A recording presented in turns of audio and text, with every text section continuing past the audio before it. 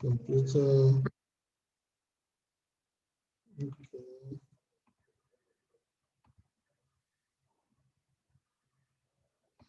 Okay, before we went away, we looked at the time-based charging. Time-based is basically you have worked out what is your fee per time, and $10, $15, $100. That's what you charge. You've worked it out. And I did say beyond here, I can help anybody that doesn't understand what the value of their time is consulting, and I can help you beyond this training. And then so the assignment is going to take a day of professional working hours is 8 hours. So you can charge that by your professional fees by 8 hours. It's going to take a week, 8 hours a day times 40 times 5 days, that's 40 hours. You charge base 40 hours by your professional fees. That's if you're using the time base, or the client says, how long would this take? Then you're using the time base. The cost-based pricing is basically the service is going to cost $1,000, for example, and then you had a margin for your effort, for your labor. That's the cost-based. So the cost-based is a third-party cost, and part of it could be your own cost. But on top of that, add a margin for your profit. Okay, and then there's what we call the performance-based pricing. And performance-based pricing is that is usually used where you make savings for clients. Say for instance, let me call up a board here. Let me call up my blackboard here. New share. So this is the performance-based pricing.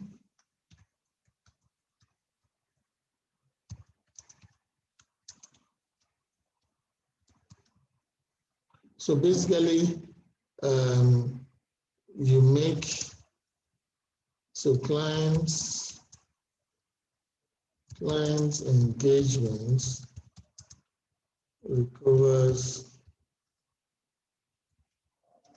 say 100,000 savings for clients. So client has called you for an intervention, and then you recover 100,000, and just say naira in savings for clients. So this 100,000 per month for clients. Performance-based, so charging here, if you're going to charge here, charging could be a pre-agreed percentage of savings. Okay.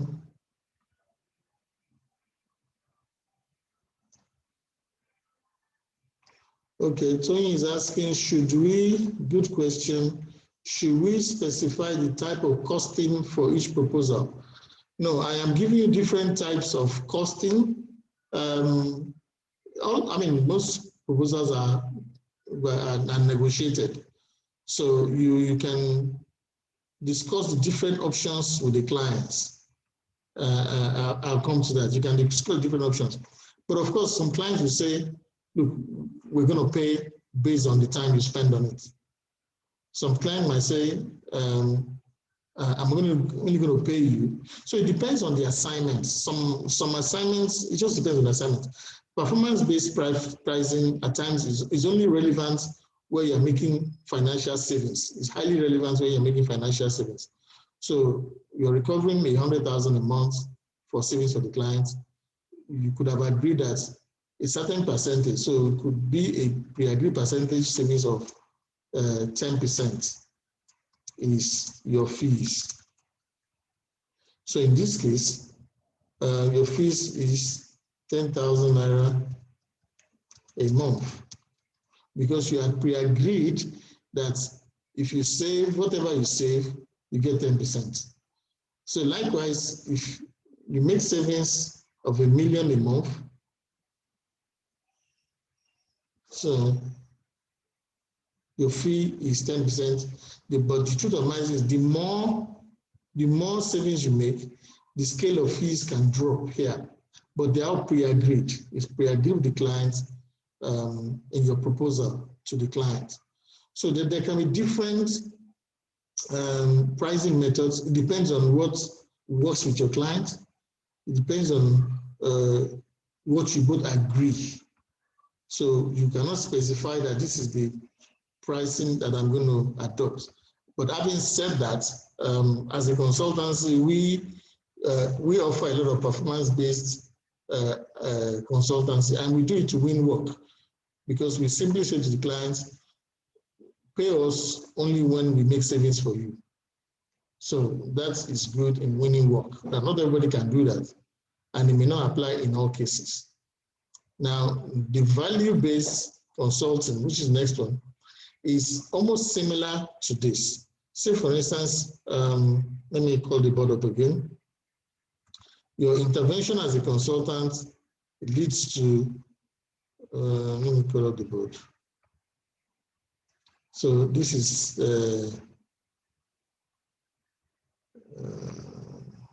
where is this? So the value-based consulting, value-based consulting, or charging.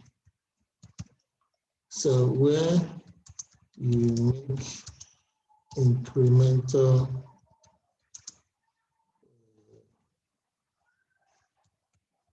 profits or margins for clients due to your intervention. Okay, so due to your intervention, you had agreed a certain percentage as fees. Yeah. So when you make an incremental profit or margin for clients due to your intervention, and you had agreed a certain percentage as your fees. So your intervention, okay, before intervention,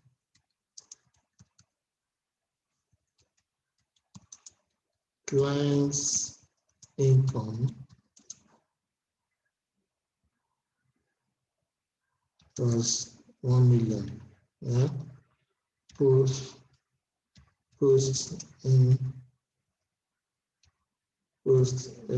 intervention, client's income goes up to 1.5. Okay. So the margin is 500,000. Out of which you get a pre-agreed percentage. Okay, how that makes clear. So before you came in, the client's income in that particular product is 1 million. You came in and then you helped the client to push it up to 1.5. So basically the margin in difference in your intervention is the 500,000. Out of which you had agreed that, okay, if we move it by 500,000, we get X percent. If we move it by 1 million, we get X percent. If we move it by 2 million, we get X percent. So that is value. You are being paid for the value that you're adding to the client. That is value-based pricing. Okay, value-based pricing. The good thing about all of this pricing is it helps you to look for work, especially performance-based and value-based. But the disadvantage in performance-based is if you don't make any savings, you don't get any pay. The danger in value-based as well is if you don't make any increment in the margin, you don't get paid. So you have to be careful in selecting which assignments you can quote for based on using any of these two. And then finally, there's the fixed price, which is very, very popular. No matter what you come up with, your time base, your cost base, no matter what you come up with, the client simply tells you, okay, I don't have more than 500,000. Do you understand? They simply come up with that. So you've got to decide, okay, even though I've costed this project for 750,000 naira, the client is saying I have 500,000. So do you take it or do you walk away? It's entirely your choice. So we have a lot of fixed pricing, or the guy says it's 750. I'm sorry, you said it's 750, you've done your costings, and then he says he can afford 500. Now, some things would be affected if you're going to affect that 500. If you look at those elements that we said earlier on, that makes up your pricing variable. If you go back to your pricing variable and see, can I adjust my pricing variable to accommodate the 500,000? If you can, then certainly you take it. You win some, you lose some. But like we said earlier, provided your cost is covered, always don't operate under costs as much as possible. And if you have to do that, let it not be something you do consistently, operating under costs. You will not survive if you consistently do that.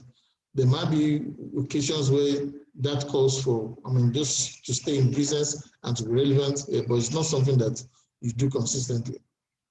So those are different pricing methods. The time-based, like I said, you work out what your time is, multiply by how long the project will be. Number two, the cost base. You know, especially what the cost will be to third parties. You work it out and they add a percentage to it. And that percentage is your fees. And we're saying, look, be reasonable. Don't go overboard when charging. The cost is 100,000. You now charge 100,000 as fees. Hey, it doesn't adhere to clients. You may get away with the 100% increase, but you may lose that client and lose other potential business with the client. Number three, performance-based pricing is typically used where you're making specific savings for the clients. And before the assignment, you'd agree that if you make this amount of savings, this is the percentage you're charging in your professional fees. The only disadvantage about performance-based is if you don't make any performance savings, you don't get any fees. So be selective where you use it.